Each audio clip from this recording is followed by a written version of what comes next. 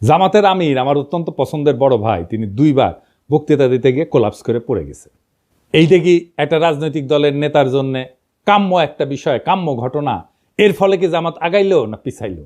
জামাতের কি দুর্নাম হবে? ওনার কি নেতৃত্বের সামর্থ্য নিয়ে প্রশ্ন উঠবে?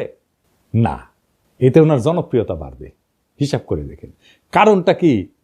এতে একটা আবেগের সংহতি তৈরি হয়। নেতা যদি হঠাৎ অসুস্থ হয়ে পড়ে, জনগণ তাকে রক্ত মাংসের মানুষ হিসেবে দেখতে শুরু করে এবং একটা সহানুভূতির ঢেউ তৈরি হয়। মানুষ মনে করেন তো দেশের জন্য এরকম করছেন, এই অনুভূতি কাজ করে।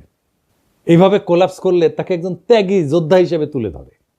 দেখো দেখো দেশের জন্য কতটা কষ্ট করতেছেন, এই বার্তা ছড়ায় পড়ে।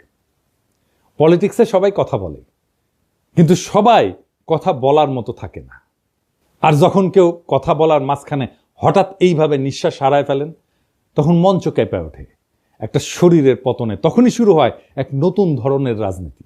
না, আমরা বীরত্বের কথা বলতেছি না, বলতেছি ভাঙনের মধ্যে দিয়ে উত্থানের কথা। যখন নেতা কোলাপস করেন, তখন তিনি কেবল মাটিতে পড়েন না, তিনি পড়ে যান মানুষের হৃদয়ের গভীরে। শফিক ভাই এইভাবেই হৃদয়ের গভীরে পড়ছেন। যেটা ঘটছে আমরা দেখছি, একটা জনসভা, লক্ষ লক্ষ মানুষের ভিড়, নেতা কথা বলতেছেন, সরাসরি আগুন জ্বরা ভাষণ, হঠাৎ থেমে গেলেন, নিঃশ্বাসের শব্দ বেড়ে যায়, 1 পা 2 পা করে, তারপরে ধপাস করে পড়ে গেলেন মঞ্চেই। অনেকে চিৎকার করে উঠছেন, কিন্তু তিনি কি সত্যি পড়ে গেছেন, নাকি ঠিক তখনই তিনি মানুষের হৃদয়ে উত্থান করেন? আমি কয়েকটা আন্তর্জাতিক ঘটনার কথা বলি। রবার্ট এফ কেনেডি ভাষণ শেষে গুলিবিদ্ধ হয়ে মঞ্চে পড়ে যান। কোনো রাজনৈতিক প্রতীক কখনো এত রক্তে জন্ম নেয়নি। তার জন্য পোস্টার ছাপা হয়, এতেই উনার জনপ্রিয়তা আকাশচুম্বী হয়ে যায়। রাজনীতি মানে কিন্তু পারফেকশন না। মানুষ চায় একজন তার মতো একজন মানুষ, তার মতো একজন ভাঙা নেতা, যে তার মতো কষ্ট পায়, যে তার মতো কাঁদে, যে তার মতোই ভালনারেবল। এটাই হিরোইক সাফারিং এফেক্ট। নেতা যদি ভোগে, জনগণ তাকে ভালোবাসে। ফরাসি চিন্তাবিদ জালুক ন্যান্সি উনি বলছিলেন, যে শরীর কষ্ট করে সেই সত্য বয়ে আনে। আর জর্জিও আগাম্বেন উনি বলছিলেন, the moment the sovereign body collapses, the political soul rises. তাহলে প্রশ্ন দাঁড়ায়, নেতা যখন পড়ে যায় তখন কি উঠে আসে? উঠে আসে ক্ষমতার নতুন ভাষা।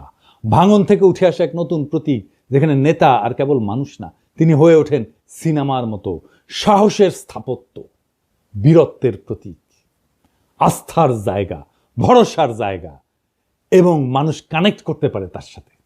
নেতৃত্ব সবসময় ভাষণের মধ্যে থাকে না, এইভাবে পতনের মধ্যেও থাকে। তাই এটা সিম্বলিক ব্রেকডাউন। ফরাসি দার্শনিক রোলা বার্ট বলছিলেন যে মৃত্যুর কাছাকাছি যাওয়ার প্রত্যেকটা মুহূর্তই একটা রাজনৈতিক পুনর্জন্মের আভাস দেয়। নেতা যখন কোলাপস করে, তখন মানুষ বোঝে এই লোক নিজের চেয়েও বড় কিছুতে বিশ্বাস করে। আর এখানেই আসে এক গভীর থিওরি, যেটা আগে বলছি, হিরোইক সাফারিং এফেক্ট। নেতা যখন কষ্টে পড়ে, তার প্রতি সহানুভূতি বাড়ে, আর সহানুভূতির সাথে আসে বিশ্বাস। বিশ্বাস থেকে তৈরি হয় কারিশমা। জার্মান সমাজবিজ্ঞানী ম্যাক্স ওয়েবার বলছিলেন, কারিশমা হচ্ছে এক ধরনের ঐশ্বরিক বা অতিপ্রাকৃত বৈধতা, যা দুর্দিনে প্রকাশ পায়। নেতার শরীর যখন হার মানে, মন তখন কথা বলে, আর মনই তখন জনগণের সাথে একাত্ম হয়ে যায়। সুতরাং নেতা যখন তার ভাষণের মঞ্চে পইরা যান, তখন আমরা যদি দুঃখ করি, তাহলে কিন্তু আমরা ঘটনাটা বুঝি না। আর যদি ভাবি উনি দুর্বল হয়ে পড়ছেন, তাও ভুল। কারণ নেতা আসলে তখনই সবচেয়ে শক্তিশালী হয়ে ওঠেন। তখন তার শরীর চিত হয়ে পড়ে থাকে, আর জনগণের মন তার দিকে ঝুঁকে পড়ে। রাজনীতি কেবল শব্দের খেলা না, এটা কখনো কখনো শরীর ভাঙার বিনিময়ে মন জয়ের কাহিনী। শফিক ভাই মানুষের মন জয় করে ফেলছেন।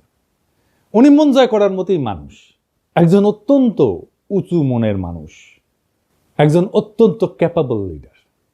শফিক ভাই দ্রুত আরোগ্য লাভ করেন, আবার রাজনীতির মঞ্চে ফিরে আসেন। আমাদের অনেক কাজ করতে হবে একসাথে, সেই কাজে শফিক ভাইকে দরকার, শফিক ভাইয়ের মতো নেতা দরকার, শফিক ভাইয়ের মতো মুরব্বী দরকার।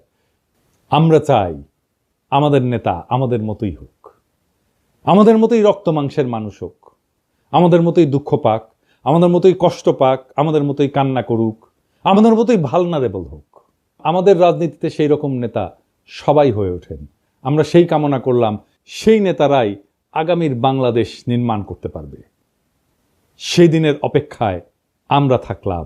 আমরা সেই দিন একসাথে আবার সেই বিপ্লবকে পুনর্নির্মাণ করব, আবার সেই বিপ্লবের স্বপ্নে আমরা নতুন বাংলাদেশ গড়ে তুলব। ইনকিলাব জিন্দাবাদ।